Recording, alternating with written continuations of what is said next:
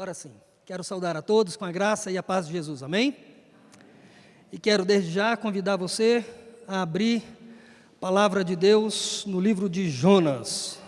Só para você lembrar, Jonas está onde? No Antigo Testamento. Se você quiser ir lá no índice da Bíblia para poder achar o livro de Jonas, não fique com vergonha. Pode ir lá, ver a página e ache que ele fica escondidinho lá no finalzinho da Bíblia. Está bem no finalzinho do Antigo Testamento. O livro de Jonas é um livro bem pequeno, são 4 capítulos, mas é um livro que tem muitas coisas para nos ensinar, tanto a respeito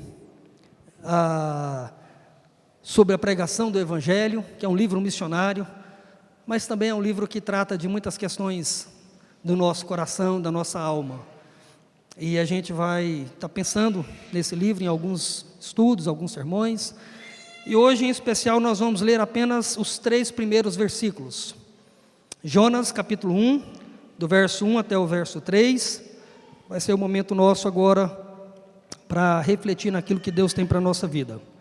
Então, vamos ler, depois a gente ora mais uma vez. Jonas capítulo 1, verso 1, 2 e 3. A palavra do Senhor veio a Jonas, filho de Amitai, dizendo: levanta-se, vá à grande cidade de Nínive e pregue contra ela, porque a sua maldade subiu até a minha presença. Jonas se levantou, mas para fugir da presença do Senhor, para Tarse. Desceu a Jope e encontrou um navio que ia para Tarsis. Pagou a passagem e embarcou no navio para ir com eles para Tarsis, para longe da presença do Senhor. Oremos. Ó Deus, em nome de Jesus Cristo, usa agora a tua santa e viva palavra, por meio do teu santo e vivo Espírito, para falar aos nossos corações. Que a tua palavra possa trazer para nós consolo que precisamos, direção também para as nossas vidas, para as nossas decisões que precisamos tomar. Então possamos encontrar no Senhor, ó Deus, e na sua palavra, o nosso refúgio, em nome de Jesus, amém. Então o livro de Jonas fala da vida de um homem que fugiu para não fazer a vontade de Deus. Fala da vida de um homem, de um profeta, de um homem que amava a Deus, de um homem que tinha uma vida com Deus, mas num dado momento Deus pede algo para ele e ele foge. Então é impressionante avaliar esse livro, porque ele tem muito a ver com a minha vida e com a sua vida. Quantas vezes você já fugiu de Deus? Quantas vezes você já fugiu, consciente ou às vezes inconsciente, de obedecer a palavra de Deus? Quantas vezes você deixou que coisas, seja do seu passado e problemas e situações complicadas que aconteceram com a sua vida, fizesse com que você pudesse se afastar de Deus? Então nós não somos tão diferentes de Jonas. Na verdade somos muito parecidos. Muitas vezes deixamos situações, principalmente situações às vezes do passado, mal resolvidas, e a atitude que nós temos é estar fugindo sempre de Deus, mesmo estando aqui na casa do Senhor. Então é possível que talvez alguns de vocês estejam aqui, agora, na casa de Deus. Nós cantamos, nós oramos, mas talvez alguma área da sua vida, do seu coração, está fugindo do Senhor. Não quer encontrar com a realidade, não quer encontrar com a verdade, porque isso dói, às vezes machuca muito. Mas eu quero dizer que não adianta você correr disso. Não adianta você tentar se esquivar, não adianta você tentar protelar. Deus, Ele sempre vai achar você. Ele sempre vai atrás de você, foi o que Ele fez com Jonas. E a gente, ao longo de algumas meditações no livro de Jonas, a gente vai poder ter condições de aprender a não fugir de Deus, mas pelo contrário, como a Bíblia diz, a nos refugiar em Deus. Mas a nossa tendência é fugir. A tendência do nosso coração pecaminoso é sempre ignorar, e a ignorância é fuga. Na maioria das vezes, ignorar o problema é uma forma de fugir do problema. Fechar os olhos para o problema é uma forma de fugir do problema. Às vezes, quanto casais que estão fugindo de encarar a situação difícil no casamento, quanto pais em relação aos filhos também não encaram a situação, estão fugindo, filhos com problema com seus pais, que também fogem dos seus pais, não querem confrontar, não querem abrir o coração para enfrentar o problema, e aí fica muitos Jonas na vida, fugindo dos pais, fugindo dos filhos, fugindo da esposa, fugindo do marido, fugindo do trabalho, fugindo de um monte de coisas. Mas a fuga nunca vai resolver nada. É isso que você precisa saber. A fuga, fugir, não resolve. E a Bíblia vai nos ensinar isso. Jonas, é interessante que, antes de qualquer outra coisa, é importante falar que Jonas é um livro histórico. Não é uma fábula, porque alguns teólogos, homens que deveriam afirmar a veracidade das Escrituras, vão dizer, não, é uma historinha infantil apenas, mas que de fato isso não existiu, isso apenas apresenta e mostra algumas verdades a respeito de Deus, mas não houve essa história de um peixe engolir um homem e ficar ali alguns dias na barriga dele. Pois é, nós vamos ter que entender que Jonas não é uma ficção científica, bem que daria um ótimo filme, a Hollywood está perdendo em não fazer um filme sobre Jonas. Já fez sobre os 10 mandamentos, já fez sobre Noé, e quem sabe um dia desse aí faça um filme sobre Jonas, porque vai dar um baita de um filme. Porque de fato, há inúmeras verdades que nós precisamos aprender, e esse livro é um livro tanto histórico, real, com um homem real, com uma nação real, com um povo real. Jonas existiu, Israel, a nação de Israel também existia e ainda existe. Cidade de Nínive, que era a cidade dos assírios, ou uma da cidade dos assírios. E Jesus, é interessante que no Novo Testamento cita a história de Jonas 2 vezes. Se isso não fosse real, então Jesus não citaria essa história. E é interessante que quando ele cita essa história, ele cita e menciona 2 fatos. O primeiro fato, o fato de Jonas ter ficado na barriga de um peixe durante 3 dias. E cientificamente a ciência já comprovou que é possível. Alguns grandes peixes, como baleias, engoliram um homem e o homem fica vivo ali 3 dias. A ciência já falou que isso é possível.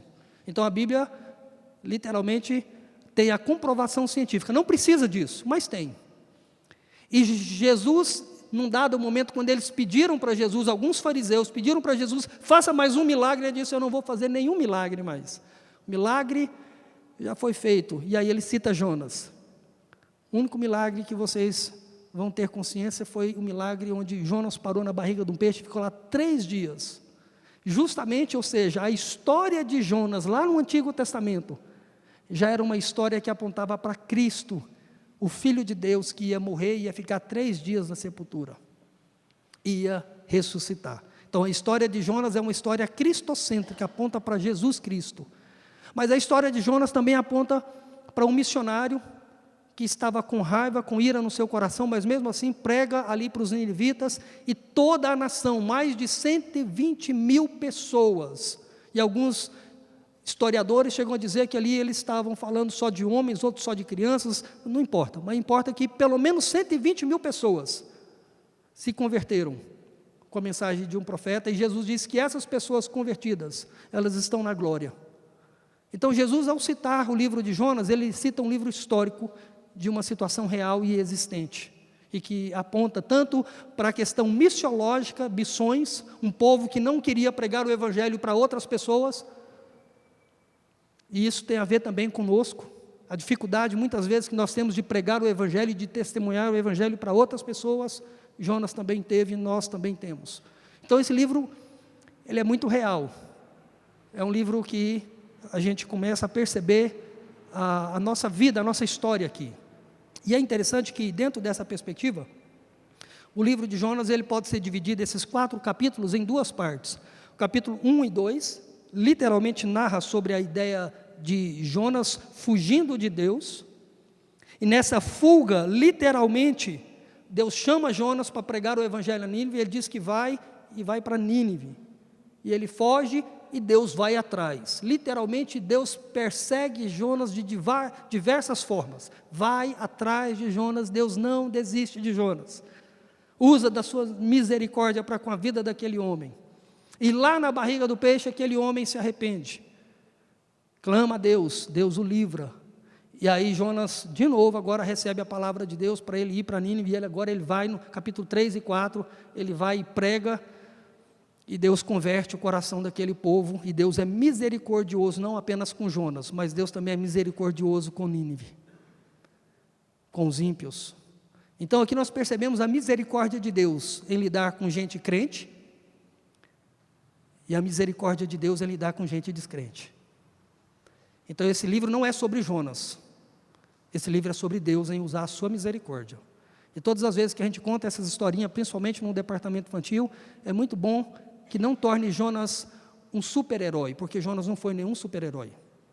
Ele foi um homem fraco, que fraquejou, que desobedeceu. Quem é o herói dessa história é Deus. A história de Jonas nos mostra a misericórdia de Deus para com a vida dele, a misericórdia de Deus para a vida de uma nação. Mesma coisa conosco. Nenhum de nós somos heróis. É a misericórdia de Deus sobre as nossas vidas que nos move para abençoar a vida de outras pessoas. E quando a gente olha aqui, eu quero olhar aqui pelo menos 2 questões. Capítulo 1, verso 1 e 2, diz assim: veio a palavra a Jonas, veio a palavra do Senhor a Jonas, filho de Amitai, dizendo: levanta-te e vai à grande cidade de Nínive e pregue contra ela, porque a sua maldade subiu até mim. Primeiro de tudo, a palavra de Deus vai até Jonas. É interessante que aqui é a 2ª vez que Jonas é mencionado na Bíblia. Então, a primeira vez que é mencionado Jonas como profeta na Bíblia está lá em 2º livro de Reis, capítulo 2, verso a partir do 2º livro de Reis, capítulo 2, a partir do verso 14, é mencionado a vida de Jonas e a história de Jonas como profeta. Lá naquela época, a primeira vez a palavra de Deus veio a Jonas, isso 750 anos antes de Cristo, que existiu o profeta Jonas, juntamente com Obadias e Obadias, na verdade, é um dos outros profetas, e Miqueias, está ali tudo próximo, em termos de ministério falando. Então veio a palavra de Deus a Jonas. Quem estava reinando naquela época era Jeroboão II. Segundo, ele, como rei, um rei ímpio, apesar de estar ali falando na nação de Israel, era um rei que não temia a Deus, um rei que desobedecia a Deus, e Jonas estava ali, e veio a palavra de Deus para Jonas, e disse para Jonas, para ele pregar e dizer para o povo que Deus ia alargar as tendas deles, que Deus ia ampliar o reino deles. Então mesmo o povo de Israel, a nação de Israel, vivendo em idolatria, vivendo longe de Deus, Deus, através de Jonas, trouxe essa palavra profética, e Deus abençoou ricamente aquela nação com paz e com segurança durante algum tempo. É interessante que, ou seja, Jonas foi um profeta de sucesso. Deus trouxe a palavra para Jonas, Jonas pregou e logo se cumpriu isso. Então, perante os israelitas, o povo de Deus, Jonas era um homem de sucesso, porque ele prega e o negócio acontece. Ele fala e Deus faz acontecer. Então esse é o primeiro momento de Jonas. Então Jonas, ele se sentiu um homem importante, um homem que pregou, e Deus ouviu a sua pregação, e ele foi usado para transmitir essa palavra. Então esse é o primeiro momento. E agora vem o segundo momento, que é aqui no livro de Jonas, onde o próprio profeta escreve a sua história, depois que tudo aconteceu. E ele conta a sua história, dizendo que depois de algum momento, depois de alguns anos, sabe lá quanto tempo, Deus novamente aparece para Jonas e manda dizer para ele: eu tenho de novo uma palavra para você. Só que agora, Jonas, a minha palavra não é para você pregar a nação de Israel. A minha palavra agora é para você pregar para os assírios, lá na cidade de Nínive. Aquele homem que era um profeta de sucesso, aquele homem que temia e amava a Deus, ouve a palavra de Deus, mas é interessante que ele não queria.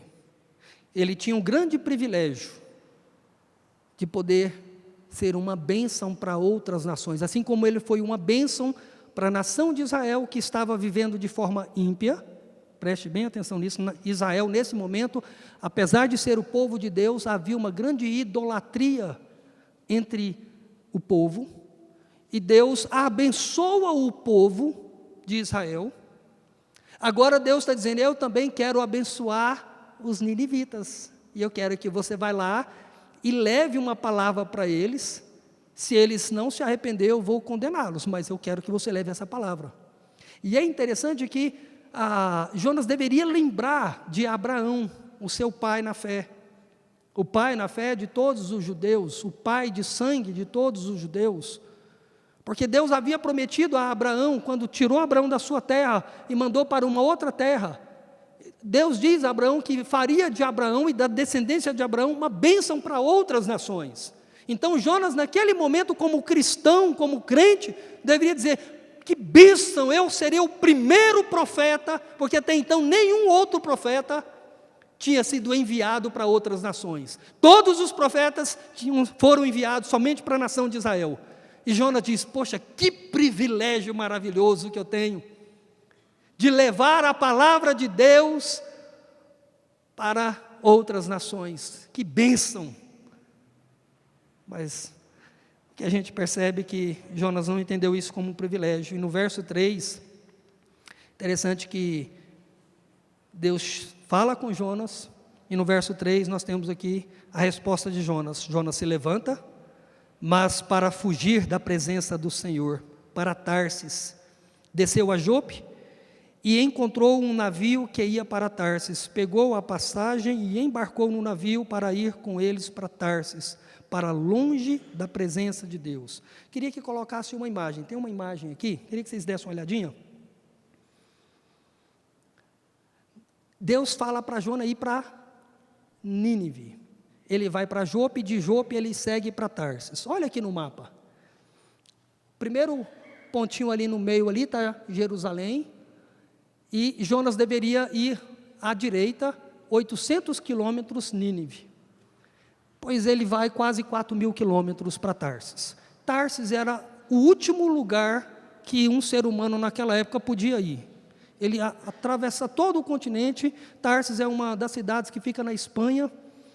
E naquela época, o navio, qual que é o último ponto, para onde que é o último ponto de parada? Tarsis. Então é para lá que eu vou. E fica longe de Nínive, fica o oposto de Nínive, é para lá que eu quero ir. Então tá joia, tá ok, obrigado. Então a ideia é, Jonas foge, e ele foge da presença de Deus, ele foge da missão de Deus, e ele foge para mais longe que ele pode ir, para onde que é mais longe eu vou.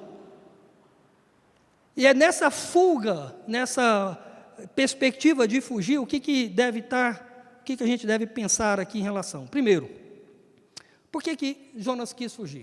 O que estava no coração de Jonas em relação à fuga? Se você olhar aqui no verso 2, primeiro de tudo, nós temos aqui duas explicações na própria Bíblia que mostram por que Jonas fugiu. No verso 2, diz que Deus, quando diz: levanta e vá à grande cidade de Nínive e pregue contra ela, porque a sua maldade subiu até a minha presença. Então, Jonas sabia que os ninivitas, como pertencia ao reino dos assírios, era um povo ruim que dói, era um povo mau, eram violentos,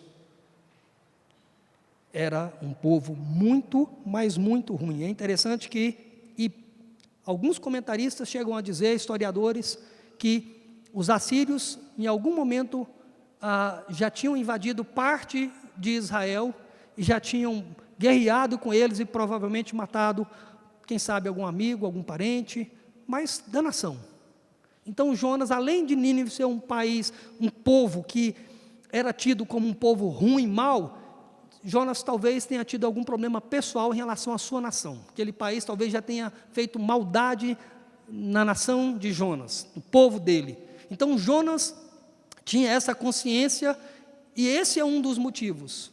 É interessante que o julgamento de Jonas aqui, ele é um povo muito ruim, é um povo muito mau.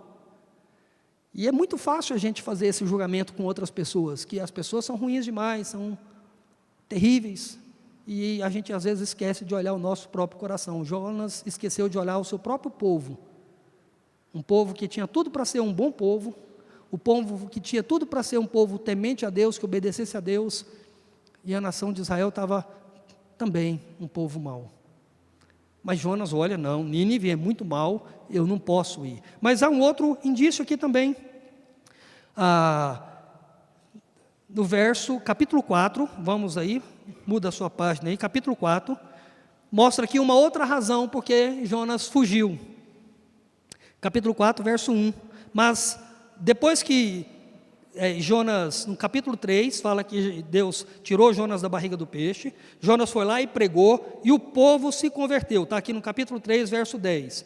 O povo havia se convertido, toda a nação se converteu, e agora vem no capítulo 4 a conversa de Deus com Jonas. Capítulo 4, verso 1. Mas Jonas ficou muito aborrecido e com raiva. Ele orou ao Senhor e disse: Senhor, não foi isso que eu disse quando ainda estava na minha terra? Por isso me adiantei, fugindo para Tarsis, pois sabia que tu és Deus bondoso e compassivo, tardio em irar-se e grande em misericórdia, e que mudas de ideia quanto ao mal que anunciaste. Agora, Senhor, peço que me tires a vida, porque para mim é melhor morrer do que viver. Por que Jonas fugiu? Primeiro, porque Nínive era um povo mau. E segundo, porque Jonas não concordava com Deus, em Deus ser um Deus misericordioso com outros povos. Por essas duas razões, e talvez pela segunda ser a mais forte, e Jonas aqui no capítulo 4 ele deixa claro por que ele fugiu lá no capítulo 1. Senhor, eu fugi porque eu não gosto do Senhor, não. O Senhor é misericordioso com quem não merece, com quem é ruim, com quem é mau. E é interessante quando a gente pensa sobre isso, sobre essa fuga de Jonas aqui, ela revela pelo menos 3 aspectos aqui, que também esses aspectos, quando nós fugimos de Deus, por alguma situação, também pode estar presente no nosso coração. Primeiro, a fuga de Jonas, ou seja, Jonas fugiu por causa do seu senso de justiça própria. Quando ele olha para Nínive, ele diz que Nínive é uma nação muito ruim, mas ele esquece de olhar para si mesmo e para a sua própria nação. E todas as vezes que o seu senso de justiça própria entra em ação, você se torna incoerente e injusto. Todas as vezes que você não deixa a palavra de Deus tomar conta do seu coração e julgar a situação, e você julga pelo seu senso de justiça, é injustiça. E a nossa justiça, ela é totalmente injusta na maioria das vezes, porque ela é falha. Jonas, ele não consegue fazer uma autoavaliação da sua nação como um povo que falha, como um povo que erra, mas ele tem uma facilidade tremenda de olhar para as outras nações e para outra nação e dizer: vocês são muito ruins. Todas as vezes que você julga uma outra pessoa, sem considerar a sua própria vida, o seu próprio coração, você está correndo o risco de estar cometendo injustiça também. Então tome cuidado com isso. Jonas foge, ou seja, por que Jonas fugiu? Ele fugiu porque ele tinha um senso de justiça no seu coração muito forte, um senso de justiça incoerente. Mas esse senso de justiça levou ele a fugir da realidade. Ele também fugiu porque ele deixou a ira e a vingança tomar conta do seu coração.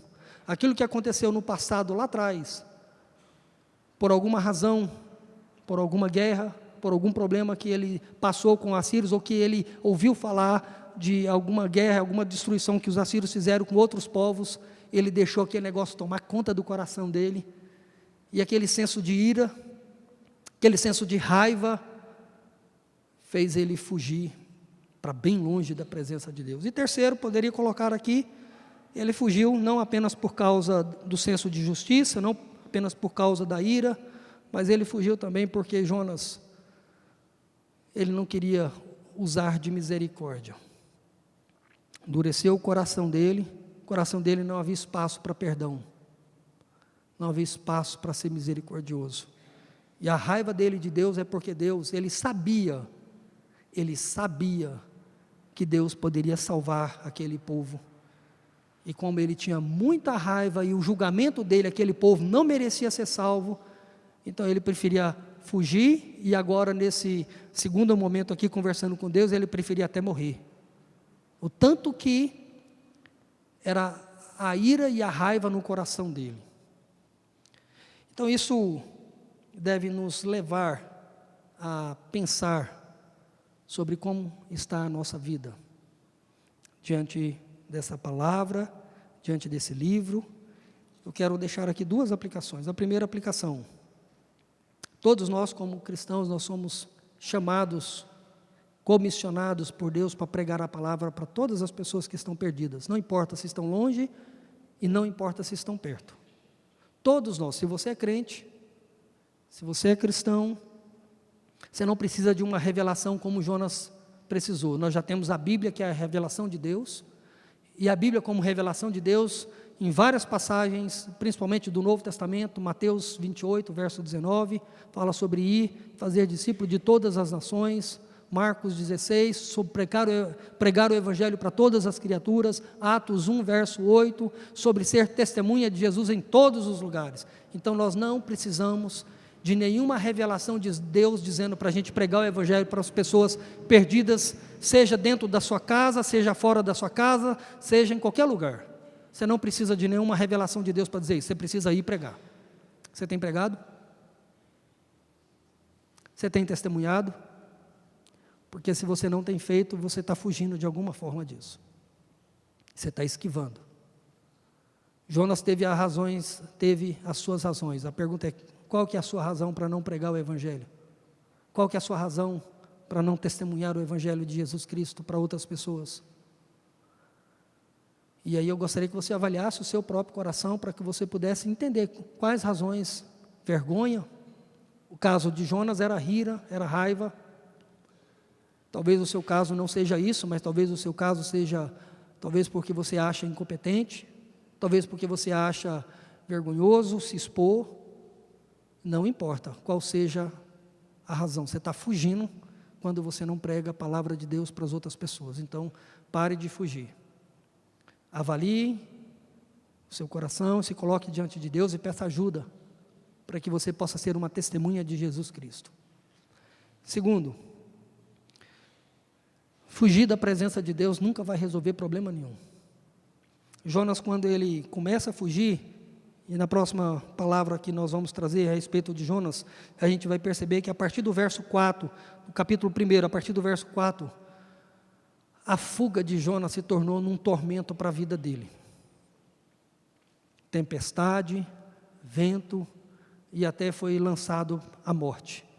Graças a Deus, Deus estava perseguindo Jonas, estava em cima dele, e aí ele contou essa história para dizer para nós o quanto a graça de Deus alcançou Jonas. Mas o que eu quero dizer e adiantar para você, que fugir de qualquer tipo de problema não vai resolver sua vida em nada. E aí não importa se você está fugindo de algum problema do seu passado, de algum pecado que você cometeu, ou de alguém ter cometido algum pecado contra você. Se você não encarar esse problema, você sempre estará preso a isso. A sua vida no presente e no futuro, se é que você pode chamar isso de vida, não será vida. Quem foge de resolver problemas, principalmente em crise que tem a ver com ira, que tem a ver com mágoa, que tem a ver com ressentimento, sempre estará preso a isso. Não importa se foi algo que você fez, ou se alguém fez alguma coisa contra você, você precisa resolver isso. Você precisa não parar de fugir de Deus, parar de ignorar o problema. Você precisa buscar em Deus refúgio para a sua vida e não fugir dele, e não ignorar o problema. Talvez você está fugindo de enfrentar problemas no seu casamento, que essa é uma realidade que está aí para muitos casais. Há muitas coisas que precisam ser enfrentadas e você está correndo sempre disso. Está correndo de obedecer e está fugindo de obedecer a palavra de Deus, porque a palavra de Deus ela é muito clara como é que o marido, como é que a esposa deve agir, e todas as vezes que você quer agir do seu jeito, você está fugindo de Deus, assim como Jonas fugiu. Talvez você está correndo de resolver problemas com seus filhos. Talvez você precisa parar e perguntar como é que está o coração do seu filho. Talvez você anda sabendo de algumas coisas, mas não tem coragem de chegar e perguntar: filho, como é que está o seu coração? Talvez não tenha separado um tempo apropriado para isso. Há muitos filhos que estão quebrados, que estão machucados, e os pais estão fugindo de ter essa conversa com seus filhos. Não importa a idade que ele tenha. Talvez seu filho já está mais velho, e talvez esse problema na vida do seu filho que está mais velho ou está mais novo, se você não ajudar ele a resolver isso, vai ser um problema não só na sua vida, mas vai ser problema na vida dele também, na vida dela também. Então não adianta fugir. Talvez é você, filho, que tem algum problema com seu pai e você também não procura. Talvez seu pai, sua mãe nem sabe que você tem um problema, que ele causou algum problema para a sua vida também. E se você não procurar resolver isso, encarar a situação, você também está fugindo do problema, está fugindo de Deus. Talvez é um problema de vocação. Quantos jovens, adolescentes aqui, com uma crise tremenda, o que vão fazer da vida, que rumo que vão tomar na vida, e aí, às vezes, os pais tentando ajudar, atrapalha, porque obriga e força os filhos a ir por um caminho que, às vezes, os filhos não querem ir. Então, há problemas no nosso passado, ou problemas no nosso presente, ou problemas até mesmo do futuro, que há várias formas de tentar viver fugindo de encarar as realidades da vida. E não encarar as realidades da vida é fugir de Deus, é fugir dos problemas. E fugir nunca vai trazer solução nenhuma. Fugir nunca vai trazer cura nenhuma. Fugir nunca vai trazer paz nenhuma. Fugir nunca vai trazer segurança nenhuma. Fugir nunca foi a solução. E Jonas aprendeu isso de forma muito dura. Você não precisa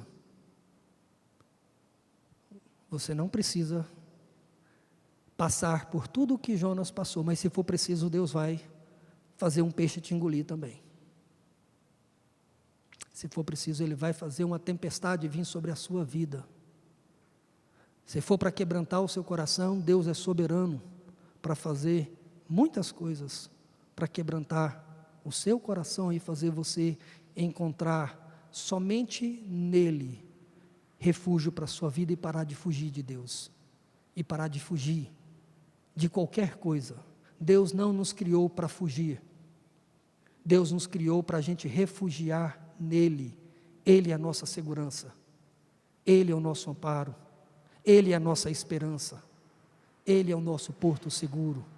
Então, em nome de Jesus, independente de qualquer situação ou circunstância que talvez você esteja fugindo ao longo de muitos anos, ou coisas de semana, pare em nome de Jesus e busque no Senhor refúgio. Se você precisar de ajuda, procure os presbíteros, procure os pastores dessa igreja, para a gente poder conversar, orar com você, mas para de fugir, em nome de Jesus. Feche seus olhos, vamos orar.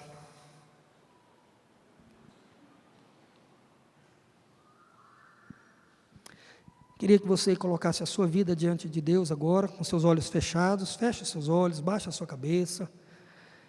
É um tempo muito oportuno para você pensar se tem algo que está atrapalhando a sua vida, se tem algo que você está com medo de encarar e por isso, consciente ou inconsciente, você está fugindo. Eu queria que você colocasse isso diante de Deus. Seja o que for, coloque diante de Deus, ainda que você não saiba o que fazer, mas uma coisa você sabe agora: você precisa buscar a presença de Deus, Você precisa colocar de forma muito consciente, falar: Senhor, seja essa enfermidade que está atormentando a minha vida, seja a questão do meu futuro, de uma vocação que eu não sei o que fazer, seja aquela palavra ou aquela atitude que alguém fez comigo, está me matando de raiva, de ira, ou seja, alguma coisa muito ruim que você fez contra outra pessoa, ou contra o próprio Deus, algum pecado que você tenha cometido, que você acha que você é injusto e indigno. Qualquer coisa que esteja trazendo perturbação para o seu coração, para a sua alma, em nome de Jesus, pare de fugir agora e busque no Senhor o seu refúgio e coloque esta situação diante de Deus. Deus é poderoso para fazer um milagre no seu coração. Deus é poderoso para fazer um milagre nessa circunstância, se ainda for necessária a circunstância à sua volta, se ainda carece de uma obra de Deus, Deus é poderoso para fazer isso também. Se a sua vida está com problema por causa de uma outra pessoa, então Deus é aquele que pode curar o seu coração e também ir ao encontro de outros e curar também o coração de outros. O Deus que curou e converteu o coração de uma nação com apenas uma pregação, a pregação de um homem que estava com raiva, estava chateado, mas Deus usou aquela pregação e converteu uma nação. Deus pode também usar o seu testemunho para converter um amigo, um pai, uma mãe, um filho, uma filha, um marido, uma esposa. O livro de Jonas nos ensina que Deus é o Deus soberano e misericordioso. Se agarre a esse Deus. Coloque a sua vida diante desse Deus e viva essa semana, não fugindo de Deus, mas na presença de Deus. E que esse Deus, o Pai, o Todo-Poderoso, o Filho também cheio de graça e de poder, o Espírito também cheio de poder e de santidade, que assim que a bênção do Pai, a bênção do Filho e a bênção do Espírito seja derramada profundamente sobre a vida de cada um, que a bênção do Pai, do Filho e do Espírito Santo seja sobre todos, hoje e para todos sempre. Amém.